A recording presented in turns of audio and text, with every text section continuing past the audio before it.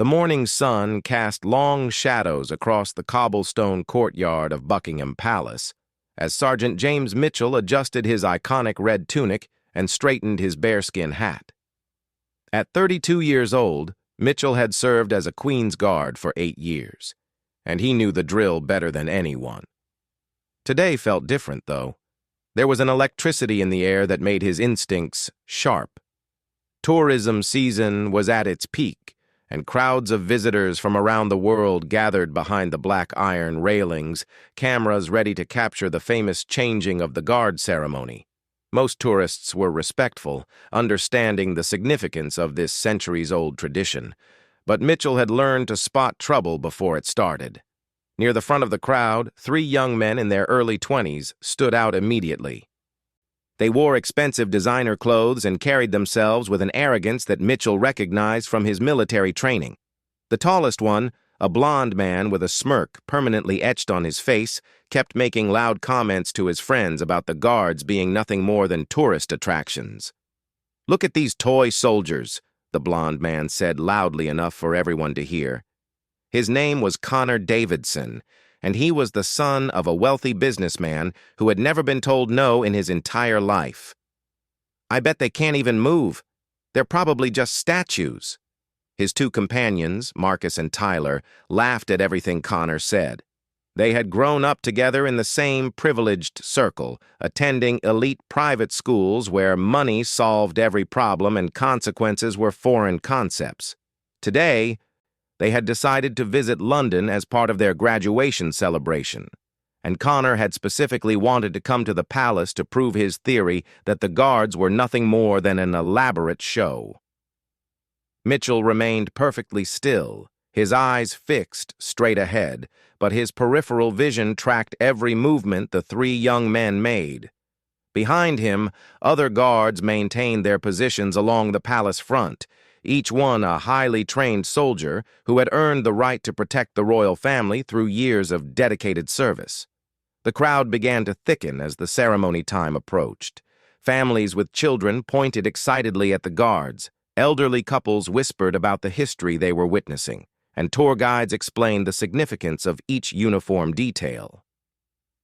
The atmosphere should have been one of respect and wonder, but Connor Davidson had other plans. "Watch this," Connor announced to his friends, pulling out his expensive smartphone. He began recording as he stepped closer to the barrier. "I'm going to prove these guys are fake." What Connor didn't understand was that each Queen's Guard was a serving soldier from elite regiments like the Grenadier Guards, Coldstream Guards, or Welsh Guards. These weren't actors in costumes, but trained warriors who had served in combat zones around the world.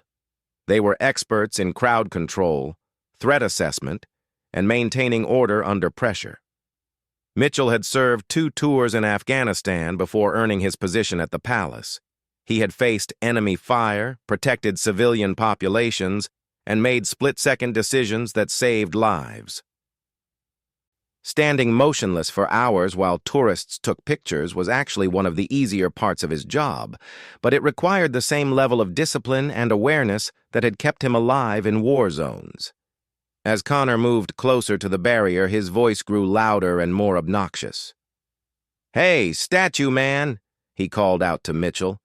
"Can you hear me in there, or are you just a robot?" Other tourists began to look uncomfortable. Parents pulled their children closer, and several people in the crowd exchanged worried glances. This wasn't the respectful atmosphere they had expected at one of Britain's most sacred institutions. Connor's friends encouraged him, recording everything on their phones and laughing at his increasingly bold behavior. They had no idea they were documenting what would become a viral lesson in why certain boundaries should never be crossed. The palace security team, dressed in plain clothes and scattered throughout the crowd, had already identified the 3 troublemakers. Inspector Sarah Chen, a 20-year veteran of royal protection, spoke quietly into her radio from her position near the main gate. She coordinated with both the uniformed police officers and the military personnel, ensuring everyone was prepared for whatever might unfold. "We have 3 males, early 20s, front section near guard position Alpha," Chen reported. "Escalating behavior. All units maintain readiness." The irony was that Connor Davidson thought he was proving the guards were powerless, when in reality, he was surrounded by one of the most sophisticated security operations in the world. Every move he made was being watched, analyzed, and prepared for by professionals who had spent their careers protecting the most important people in Britain. As the official ceremony began, the sound of military drums echoed across the courtyard. The precision and pageantry that had been perfected over centuries began to unfold. But Connor Davidson was about to learn that this wasn't just a show.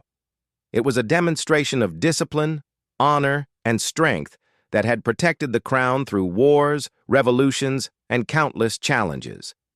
The young man with too much money and too little sense was about to discover why the Queen's Guard had earned their reputation as some of the most formidable soldiers in the world.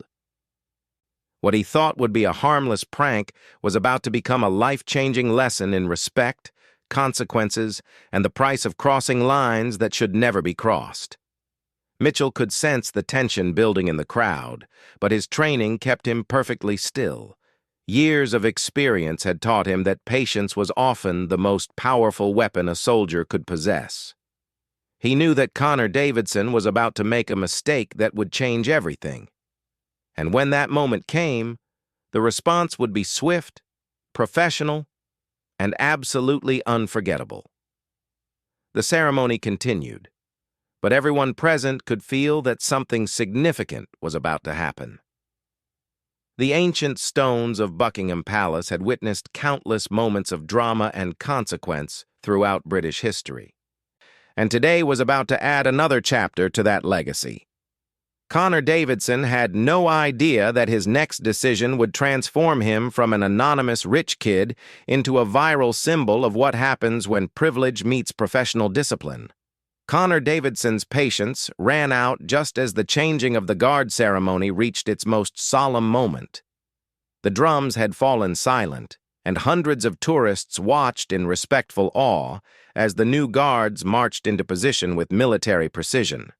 It was exactly the kind of dignified moment that Connor found insufferable.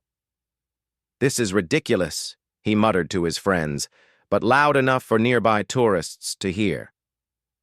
"I'm going to show everyone what a joke this really is." Before Marcus or Tyler could stop him, Connor vaulted over the protective barrier.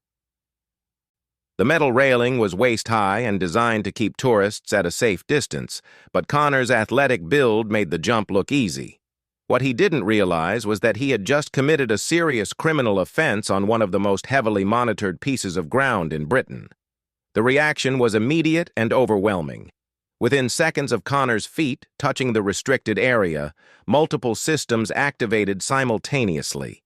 Palace security cameras zoomed in on his position, plainclothes officers began moving through the crowd, and radio chatter exploded across multiple security frequencies.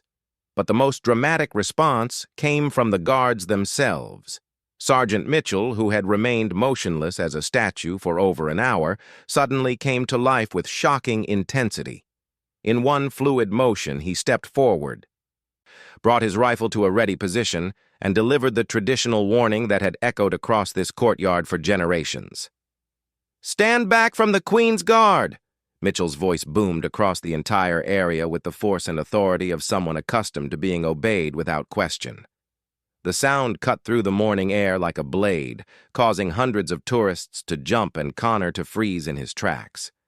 The transformation was remarkable.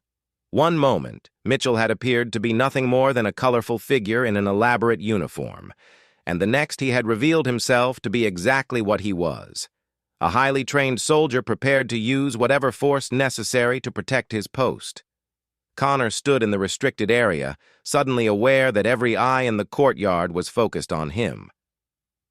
The playful smirk disappeared from his face as the reality of his situation began to sink in. This wasn't a theme park or a tourist attraction. This was a working military installation where real soldiers with real weapons protected real royalty. "I was just trying to take a selfie," Connor stammered, his voice much smaller than it had been moments before. But Mitchell was no longer interested in conversation. His job was to maintain security, not to debate with trespassers. "Get back behind the barrier immediately," Mitchell commanded, his rifle held in a position that left no doubt about his readiness to escalate if necessary. Other guards had also shifted into alert positions, creating an imposing wall of military presence. By this time, uniformed police officers were pushing through the crowd toward Connor's position. Inspector Chen had given the signal, and her team moved with practiced efficiency. They wore the distinctive uniforms of the Metropolitan Police's Royal Protection Unit, and their presence added another layer of serious authority to the situation. Connor looked around desperately for support from his friends, but Marcus and Tyler had backed away from the barrier when they saw the guards' weapons come up.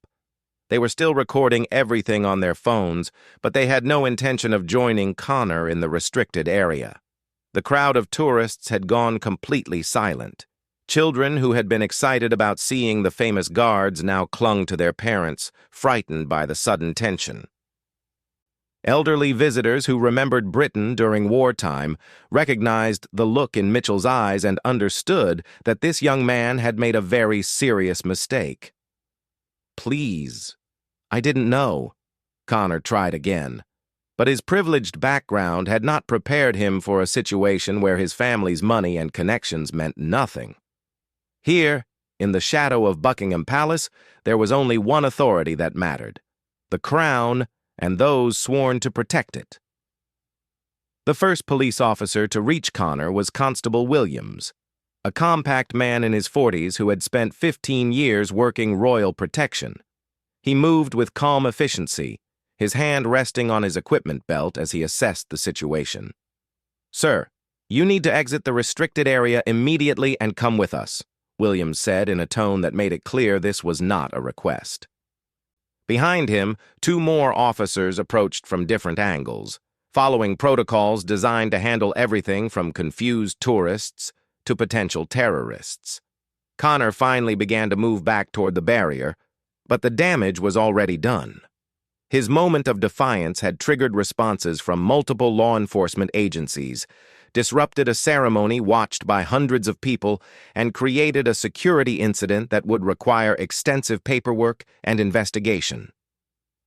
As he climbed back over the barrier, Connor found himself immediately surrounded by police officers. The casual atmosphere he had enjoyed just minutes earlier was gone, replaced by the serious business of law enforcement. Williams began the formal process that would transform Connor from a tourist into a criminal defendant. "Connor Davidson, you are under arrest for trespassing on Crown property and disrupting a military ceremony," Williams announced as he produced his handcuffs. "You do not have to say anything, but it may harm your defense if you do not mention when questioned something which you later rely on in court." The sound of the handcuffs clicking into place seemed impossibly loud in the courtyard. Connor had never been arrested before, never been handcuffed, never even received a serious traffic ticket. His world of privilege and immunity had not extended to the grounds of Buckingham Palace. Marcus and Tyler watched in shock as their friend was led away toward a police vehicle. They had expected an amusing story to share on social media, but instead, they were witnessing the consequences of crossing boundaries that existed for serious reasons. Sergeant Mitchell had returned to his position, once again appearing motionless and ceremonial. But everyone who had witnessed the previous few minutes understood that the stillness was deceptive. These guards were not tourist attractions or living statues. They were professional soldiers whose primary job was protecting the royal family, and they took that responsibility with deadly seriousness. The ceremony continued, but the atmosphere had changed. Tourists who had come expecting a quaint British tradition had instead witnessed a demonstration of real security in action. Parents used the moment to explain to their children about respect, rules, and the importance of understanding that some places and some people demanded serious behavior. Inspector Chen filed her report from the security office, noting the quick response time and professional handling of the incident.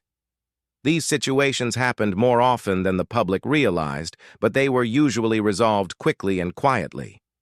Connor Davidson's case would be different because of the timing and the number of witnesses, but the outcome would be the same as always. The palace security system had functioned exactly as designed.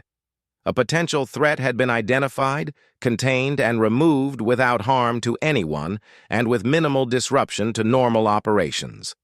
The guards had demonstrated both their watchfulness and their restraint, using only the level of force necessary to maintain order. As Connor Davidson sat in the back of the police vehicle, handcuffed and heading toward a holding cell, he began to understand that his expensive clothes and family connections would not protect him from the consequences of his actions. The British legal system treated everyone equally when it came to threatening royal security, regardless of their background or nationality.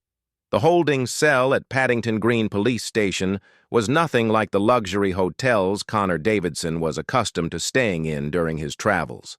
The concrete walls were painted institutional green, and the narrow bench served as both seat and bed.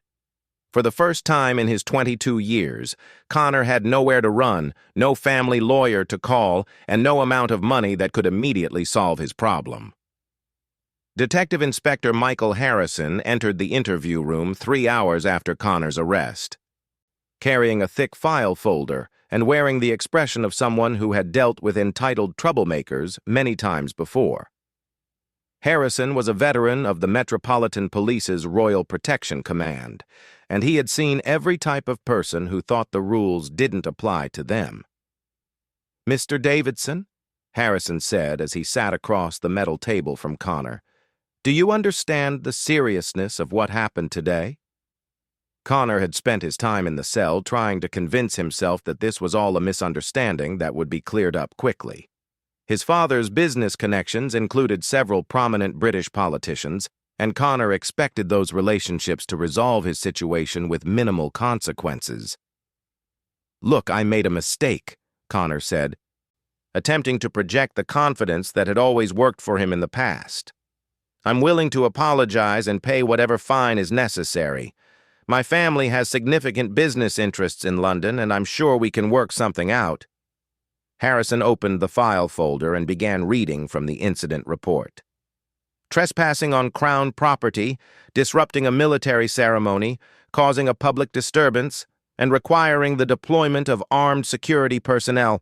Mr. Davidson, this isn't a parking ticket. You committed multiple serious offenses at one of the most secure locations in Britain." The detective's words began to penetrate Connor's bubble of privilege. He was starting to realize that his usual methods of avoiding consequences might not work in this situation. The British legal system had been dealing with people who thought they were above the law for centuries, and they had developed very effective methods for proving otherwise. Meanwhile, back at Buckingham Palace, the incident had become a teaching moment for both the guards and the security staff. Sergeant Mitchell completed his shift and joined his fellow soldiers for the debriefing that followed every significant security event. These sessions were crucial for identifying what worked well and what could be improved for future incidents.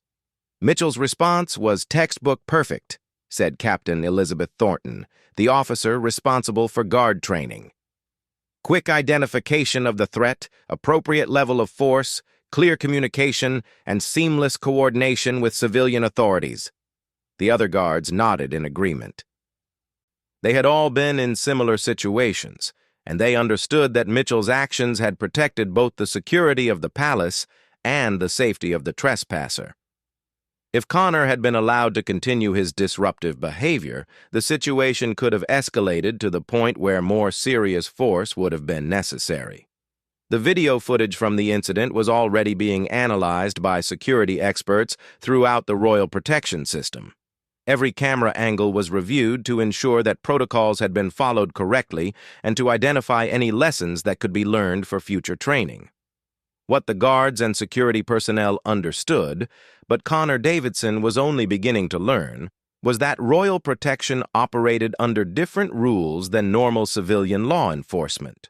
The stakes were higher, the training was more intensive, and the consequences for violations were more severe. Back in the interview room, Detective Harrison continued to explain Connor's legal situation. The Crown Prosecution Service will review your case, and given the public nature of the incident and the security implications, they will almost certainly proceed with formal charges. Connor's face went pale as the reality of his situation finally sank in. What does that mean exactly? It means you will appear before a magistrate. You will face criminal charges under the Official Secrets Act and the Public Order Act, and you will likely face significant penalties including imprisonment, substantial fines, and a permanent criminal record. The mention of possible imprisonment shocked Connor into silence. He had never imagined that his prank could result in serious jail time. In his world, problems were solved with money, connections, and lawyers who specialized in making unpleasant situations disappear. Harrison had seen this reaction countless times before. Wealthy young people who had never faced real consequences often went through the same stages of disbelief, anger, and eventual acceptance when confronted with the reality of the British legal system. "I want to call my father," Connor said quietly. "You'll have that opportunity," Harrison replied. "But I should warn you that this case has already attracted significant media attention. The incident was recorded by multiple tourists and posted on social media within minutes of your arrest." Connor had completely forgotten about the phones that had been recording his confrontation with the guards. In his panic and embarrassment, he hadn't considered that his moment of poor judgment was now preserved forever on the internet. While Connor processed this information, his friends Marcus and Tyler were dealing with their own crisis back at their hotel. The videos they had recorded were spreading rapidly across social media platforms, but not in the way they had expected. Instead of laughing at Connor's bold behavior, viewers were overwhelmingly critical of his disrespect and praising the guards' professional response. The hashtag #RespectTheGuards began trending within hours, with millions of people around the world expressing their admiration for the discipline and restraint shown by Sergeant Mitchell and his fellow soldiers. Comments poured in from veterans, active military personnel, and ordinary citizens who were outraged by Connor's entitled behavior. News outlets picked up the story, and it quickly became an international example of privilege meeting professional consequence. British tabloids ran headlines like, "American Brat Learns Hard Lesson" and "Guards Show Zero Tolerance," while American media focused on the contrast between Connor's wealthy background and his current legal troubles. Connor's father, Robert Davidson, learned about his son's arrest from a phone call from his London business partner who had seen the news coverage. Robert was a successful businessman who had built his fortune through careful planning and respect for authority, and he was horrified by his son's behavior. "Get the best lawyer in London," Robert told his assistant, "and book me on the next flight to Heathrow." But even Robert's wealth and connections would face limitations in the British legal system. The charges against Connor involved national security and royal protection, areas where the courts showed little flexibility regardless of a defendant's background or resources. When Connor finally called his father from the police station, the conversation was painful for both of them. Robert had always protected his son from consequences, believing that money could solve any problem, but this situation was different. "Dad, I need you to fix this," Connor said into the phone, his voice breaking slightly. "Son, I'm not sure this can be fixed," Robert replied. "You attacked the very foundation of British authority. The Queen's Guard aren't just soldiers. They represent 1,000 years of tradition and honor. You can't just buy your way out of this." The legal proceedings that followed would teach Connor Davidson lessons that his privileged upbringing had never provided. He would learn about respect, consequences, and the reality that some institutions exist beyond the reach of money and influence. The guards returned to their duties, protecting the royal family with the same dedication they had shown for generations. They had proven once again that their colorful uniforms and ceremonial appearance concealed some of the most professional soldiers in the world.